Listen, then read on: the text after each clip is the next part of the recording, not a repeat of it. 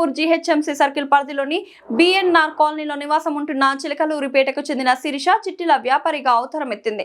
చిట్టీలు అధిక వడ్డీల పేరుతో నమ్మబలికి బాధితుల నుండి విడుదల వారీగా దాదాపు 4 కోట్ల వరకు వసూలు చేసి అదృశ్యమవ్వడం అందరినీ ఆశ్చర్యానికి గురిచేసింది. బిఎస్ఆర్ కాలనీతో పాటు చుట్టుపక్కల స్థానికులను నమ్మించి వారి దగ్గర 4 కోట్ల రూపాయలు వసూలు చేసింది. కాగా అకస్మాత్తుగా తన సొంత ఇల్లును అమ్ముకొని రాత్రికి రాత్రి ఉడహించింది.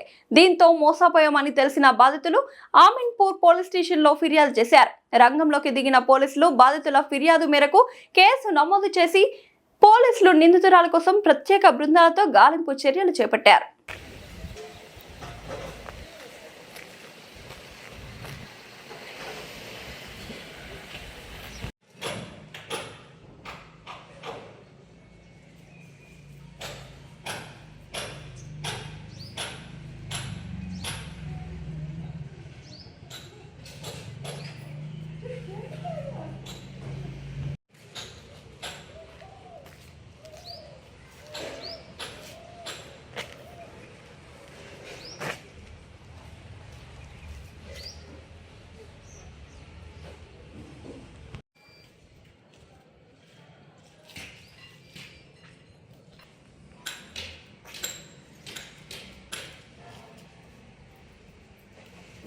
నిన్న రాత్రి అందాజా 8 గంటల సమయంలో ఈ తిరుపతమ్మ అనే లేడీతో పాటుగా బాధితులు దాదాపు 20 మంది మా పోలీస్ స్టేషన్ రావడం జరిగింది.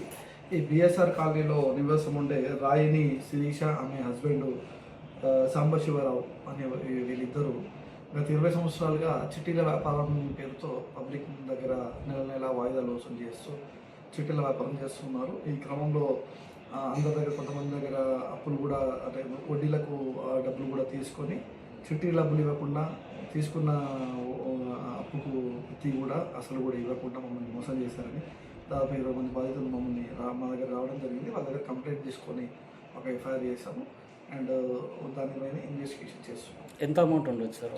దాదాపుగా 2 నుంచి 2.5 కోట్ల వరకు అనేది వాళ్ళు చెప్తున్నారు. అది ఒకసారి మనం ఫైనల్గా ఇన్వెస్టిగేషన్లో తేలాల్సి ఉంది. మీరు ఈమె వెళ్ళిపోయారని వీళ్ళకి బాధితులకు ఎప్పుడు తెలిసింది? ఎట్లా తెలిసింది? గత 2-3 నెలల నుంచి బాధితులందరూ ఆమెను డబ్బుల కోసం అనుకున్నట్టున్నారు. దాంట్లో భాగంగా ఆమె ఇల్లు అమ్మేసుకొని నిన్న వెళ్ళిపోయిన తర్వాత మనకి వీళ్ళంతా కంప్లైంట్ ఇవ్వడం జరిగింది. మొన్న వెళ్ళిపోయినట్టుంది ఆమె, నిన్న వాళ్ళు వచ్చి కంప్లైంట్ ఇవ్వడం జరిగింది. శిరీష మేడం అనేట ఆమె మన బిఎస్ఆర్ కాలనీలో ఉంటుండే.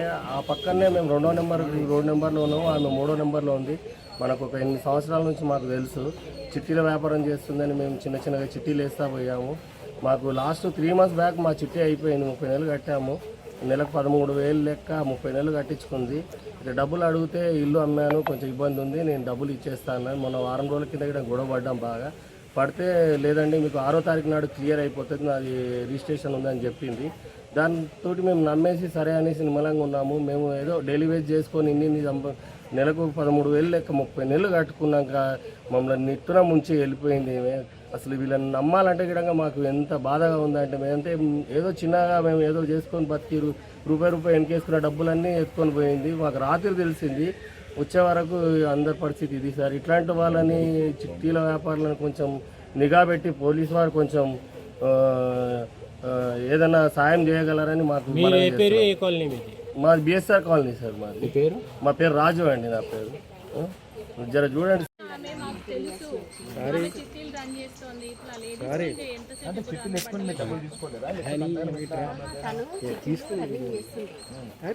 కొంతమందిని చిట్టీలు వేయించుకొని వాళ్ళకి లాస్ట్కి మీకు అమౌంట్ ఇస్తానని చెప్పింది. చెప్పినాక లాస్ట్కి అయిపోయినాక అమౌంట్ అడుగుతూ ఏమన్నానంటే ఈ చిట్టీ డబ్బులు ఉన్నాయి కదా దానికి నేను ఇంట్రెస్ట్ కల్పిస్తే నాకు కొన్ని రోజులు ఇవ్వండి అని చెప్పి అట్లా కొంతమంది అట్లనే కలిపి మళ్ళీ అప్పుగా తీసుకొని ఆ అమౌంట్ చిట్టీల దాంట్లో కన్వర్షన్ చేసి అలాగా మొత్తంగా నమ్మబలికి ఇంచుమించు ఒక 2 years నుంచి ఇంకా ఆమెకున్న సోర్స్ ఏంటంటే ఇల్లు ఒక్కటి, అది అమ్మేసి ఇస్తుంది అనేసి అందరము లాస్ట్ మినిట్ దాకా కూడా ప్రతిరోజు ఎవరికి తోచినట్టు వాళ్ళు పోతున్నాము వస్తున్నాము. ఆమె ఏంటంటే ఇల్లు అయిపోయినాక అందరికి క్లియర్ చేస్తాను, ఒకవేళ మొత్తం అమౌంట్ ఇవ్వలేకపోయినా కొంతవరకు ఇచ్చి మిగతాది వాళ్ళ కొడుకులు 2 అబ్రాడ్లోనే ఉంటారండి, వాళ్ళకి అప్పచెప్పేసి ఆ రకంగా క్లియర్ చేస్తామంటే మేము కూడా ఇప్పుడు మొత్తం రాకపోయినా సరే అట్లీస్ట్ కొంతలో కొంత వస్తుంది కదా అని ఆ హోప్స్తో వెయిట్ చేస్తాము. ఆమె లాస్ట్కి లాస్ట్కి ఏం చేసిందంటే ఇంట్లో సామాన్తో సహా మొత్తం అమ్మేసింది. నిన్ను మీ ఇల్లు అమ్మేటప్పుడు కూడా మీకు సమాచారం చెప్పింది అయితే ఇల్లు సేలింగ్ పెట్టాము చేసామని చెప్పింది. ఎన్ఓసి అని బ్యాంక్ స్టేట్మెంట్స్ ఇవన్నీ ప్రాసెస్ ఇదంతా గురించి కూడా చెప్పింది. అయితే మా కాలనీ ఇంకొక 1 వీక్ లో అయిపోతుంది అది ఇది అనేసి అన్నది. తీరా మేము నిన్న అందరూ స్విచ్ ఆఫ్లు వస్తున్నాయి ఏంటని ఇంటికి వెళ్ళేసరికి తీసుకున్నాం. కొన్న వాళ్ళు వచ్చేసారు ఆల్రెడీ. అప్పుడు ఈమె ఈ పని చేసిందని తెలిసింది. అవి మీకు ఏం రాసుకోలేరా మళ్ళీ ఇల్లు బాండ్స్ ఉన్నాయి చెక్స్. ఇంటికి సంబంధించి మీరు ఏమైనా రాసుకున్నారా? లేదు, ఆమె అసలు ఆమెది మార్టిగేజ్ లోన్ ఉంది ఆల్రెడీ ఇల్లు. అయితే మన హైడ్రాల కింద కూడా పడింది. యాక్చువల్ గా లీగల్ గా అయితే ఎవరు ప్రొసీడ్ అవ్వరు, తీసుకోరు. ఆ ప్రాబ్లం ఉన్నందుకే వేరే వాళ్ళు కొంచెం ముందుకు వచ్చి తీసుకుంటామని ఇదయింది. సరేలే వచ్చే ఛాన్సులు ఎందుకు పోట్టుకుందాం, డిస్టర్బెన్స్ చేస్తే వచ్చేవి కూడా రాకుండా అయిపోతాయి కదా అని మేము వెయిట్ చేసామని. ఎంతమంది బాధితులు ఉంటారు మీరు మొత్తం? మేము నిన్న ఇక్కడికి వచ్చినాక తెలిసింది 25 మెంబర్స్ ఇక్కడే ఉన్నాం. తెలియని వాళ్ళు ఇంకెంతమంది ఉన్నారు. మీ కాలనీ వాళ్ళేనా ఇంకా చుట్టుపక్కల? రాఘవేంద్ర కాలనీ, మారుతి నగర్, బిఎస్ఆర్, ఇంకా కొంతమంది కృష్ణారెడ్డి ఏం పేరు తన పేరు? రాయిని శిరీష. ఇక్కడ అసలు వాళ్ళది ఎక్కడ? తను ఉండేది బేసర్ కాలనీలో, షాప్ వచ్చేసి రాఘవేంద్ర కాలనీలో ఉంది. సాయి గణేష్ టెక్స్టైల్స్ అని షాప్ నడుపుతుంది.